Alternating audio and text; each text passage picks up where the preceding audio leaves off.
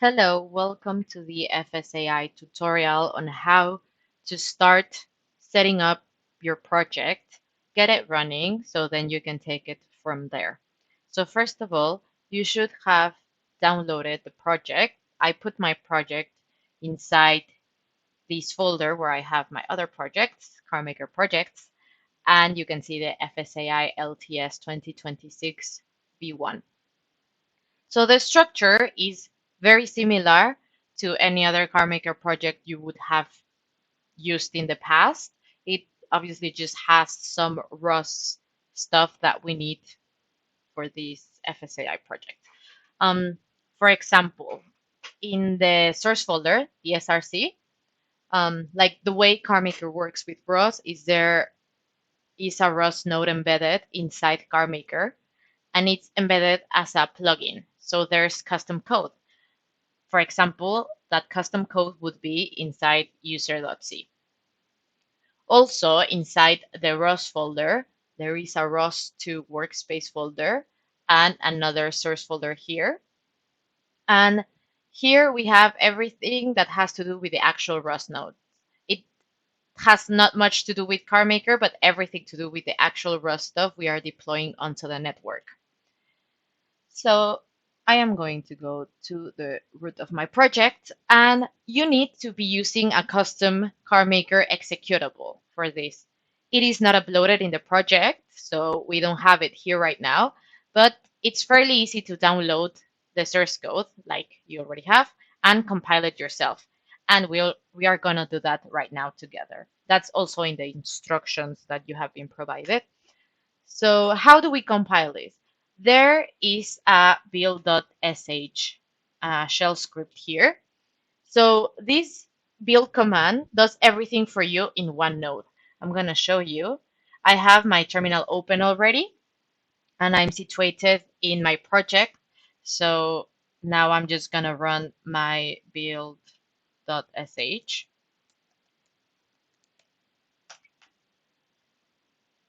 And it should not take long.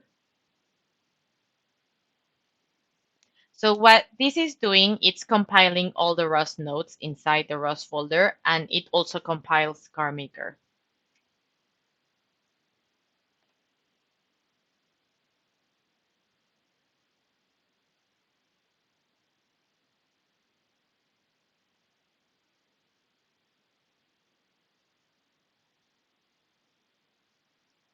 We can see it's been successful, Qualcomm build successful, and you should see something like this.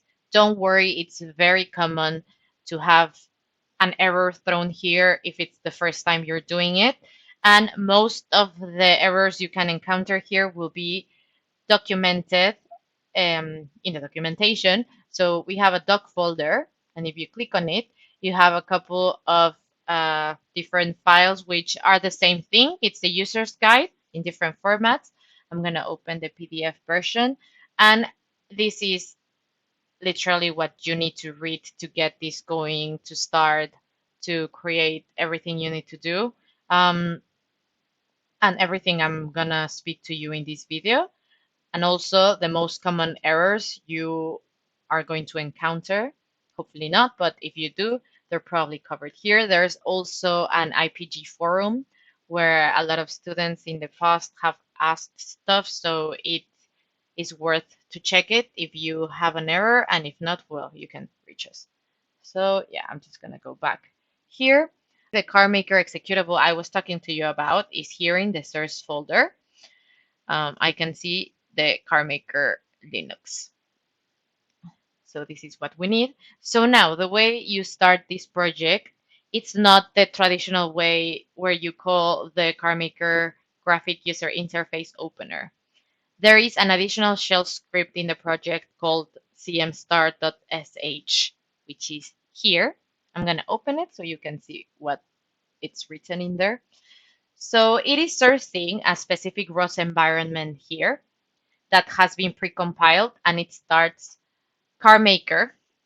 And this is the executable that starts CarMaker 14.1.1, which is the version we are using at the moment. And it's adding an extra menu that is available specifically for ROS in here. This extra menu is not normally part of CarMaker, and inside you have the CM ROS if. This is the purpose of having a separate script. So if you don't do it like this, if you call ROS functions, you won't be able to find them if you are just calling CarMaker Office 14.1.1 as you normally would. And you definitely would not have the extras menu I'm going to show you in a second. And this debug prints a lot of additional information. It prints a lot of GPU debug info. So I'm just going to run it, see what we get. And it's opening CarMaker. So now I'm going to open one of the test runs. We go to File, Open, and I have 3 test runs here. I'm going to open the acceleration one. Okay. Now we can see it gets the vehicle. It has everything set up. I am going to open Movie NX so I can visualize what's going on. It does take a while, so don't worry if it's taking too long. It's normal. Great. And I was talking about this extras menu. This tab is not normally here. If I click on it, I have this CarMaker ROS interface, and I have a bunch of different options here. The first thing I'm going to do is click on the Launch and Start application. So I have this RB's window opened here. I'll talk about this a bit later. And in my terminal, I have a new terminal actually. So this first one is where I did my build, and then I ran my CarMaker start.sh. But then it opened this, which is related to ROS. So it just does a print that says that the hello CarMaker node is saying I am alive, and this is just the sign that ROS is running correctly. So now I'm just gonna press start to start our simulation. I have 3 dialog boxes relating to the sensors. And here in the status, in the GUI, you can see that it says GPU sensor init. So it's initializing those. That's why they're black. It will take a bit, but it's not running yet.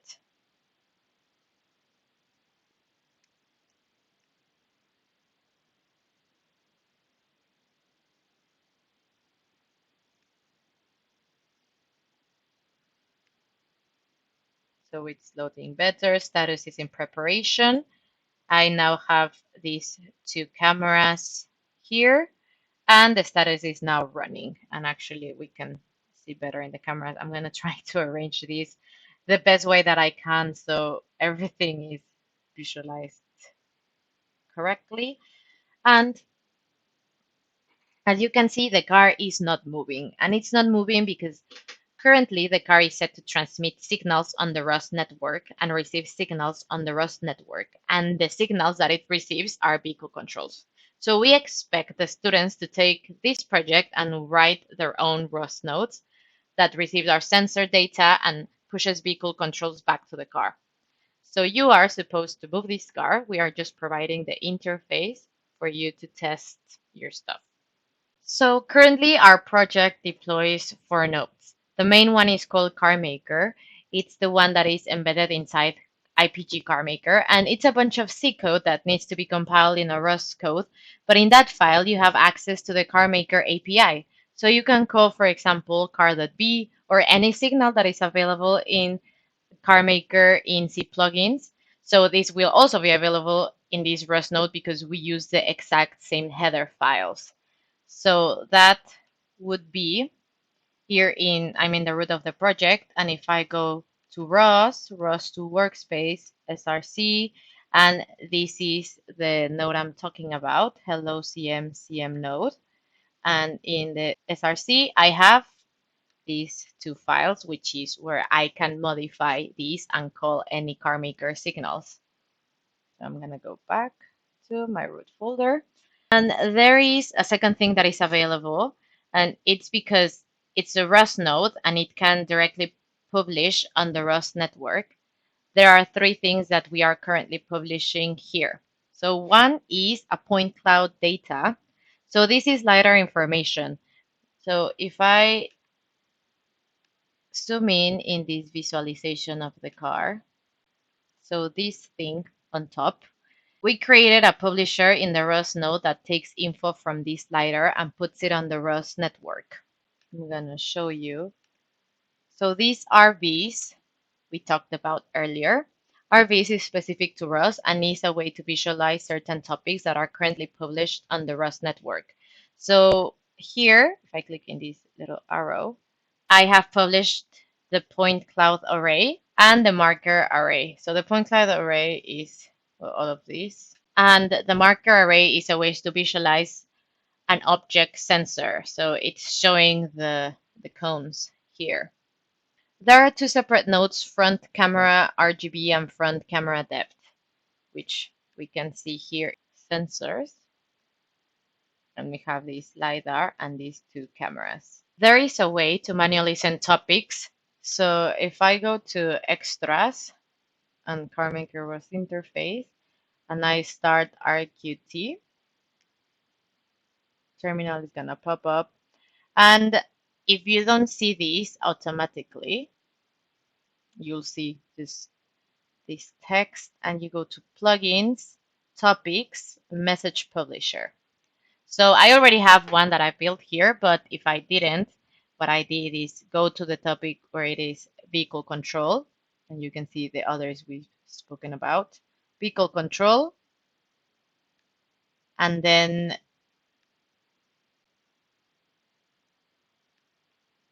I select vehicle control message, and then I would add this. Frequency 1 Hz, I would add this. I already have one. So this is the one I just did. I need to change the USB-C to true. I'm gonna put the gas to 10. And if I select this, then I send this message to the car and it moves. And well, it's just gonna do that now until the road is finished. So it's a car that it's transmitting info out into the ROS network and waiting for vehicle controls, and students are supposed to bridge this gap. Like, how would I want the car to move in the next millisecond and the next millisecond after that, like, and the next millisecond after that. So that's the student's decision. And well, this is the acceleration one, but then you have to avoid the cones. Okay, so for this final part, I'm going to show you a simple live demo of how the Formula Student AI package works together with ROS.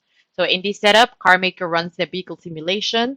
The CarMaker ROS interface connects it to ROS2, and I'll use a Python node to control the car from the terminal.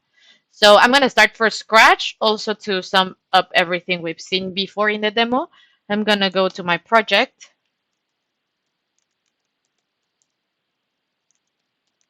I have it in my CM projects folder, and it's called FSAI LTS 2026 version 1. And remember, inside here, we had the shell script that helps us start CarMaker properly calling ROS. We have it here, the cm start.sh. So I'm gonna run that. And CarMaker opens. Great.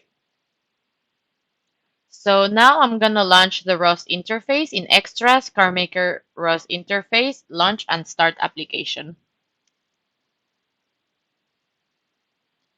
I'm gonna minimize this for a bit, and I'm gonna open a test run. I'm gonna keep going with the acceleration one.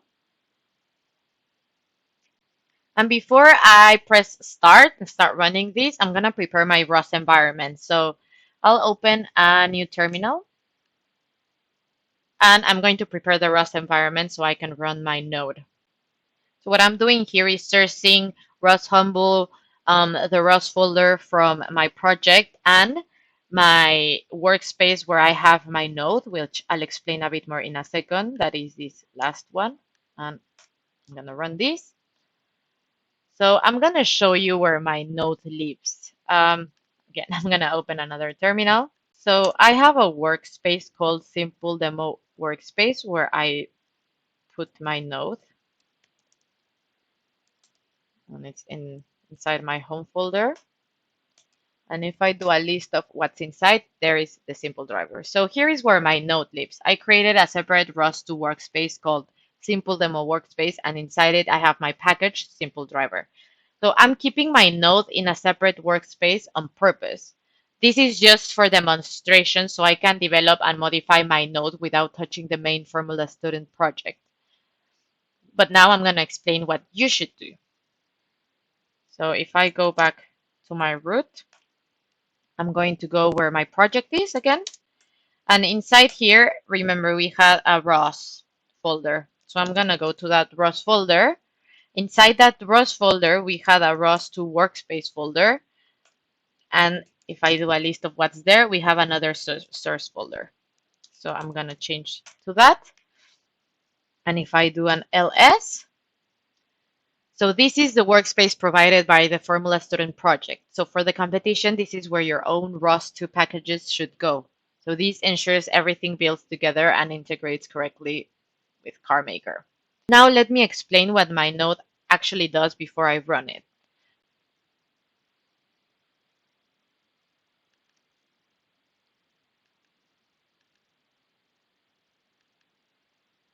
So I built my node in Python, gasram.py. You can see a bit here of it. This node acts as a simple control layer between ROS and the vehicle. It subscribes to input topics like gas, brake, and mode, and then publishes a vehicle control message to CarMaker. So instead of sending commands directly to CarMaker, I send them to my node, and the node handles the control logic.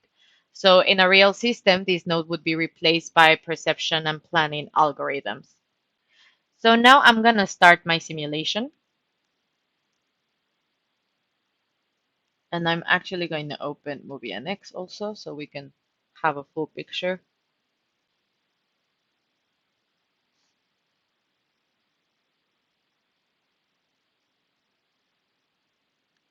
So now I have my cameras, Movie NX.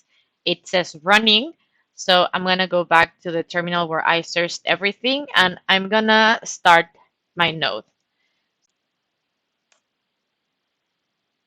Now I start my node in manual mode so the car will not move immediately. I'm going to open a new terminal. I'm going to search everything again. And I'm going to verify the connection. So I can see a publisher count of 1 and a subscription count of 1. So I'm checking here that CarMaker is subscribed to the vehicle control topic. First, I'm going to release the brake.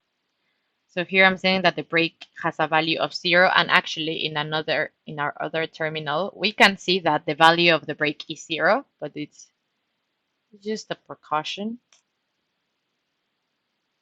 Okay, brake is 0. Now I'm going to send gas. I'm going to send a value of 10.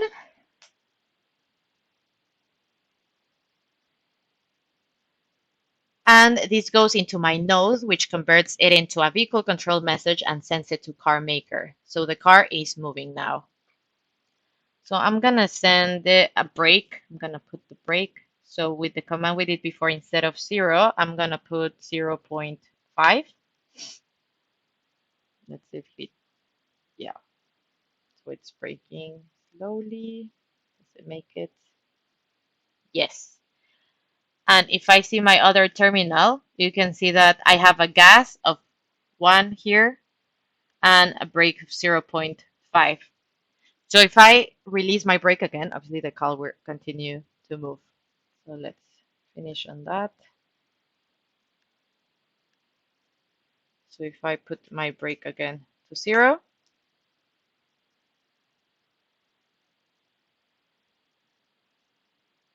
my car will move and will until there's no more road.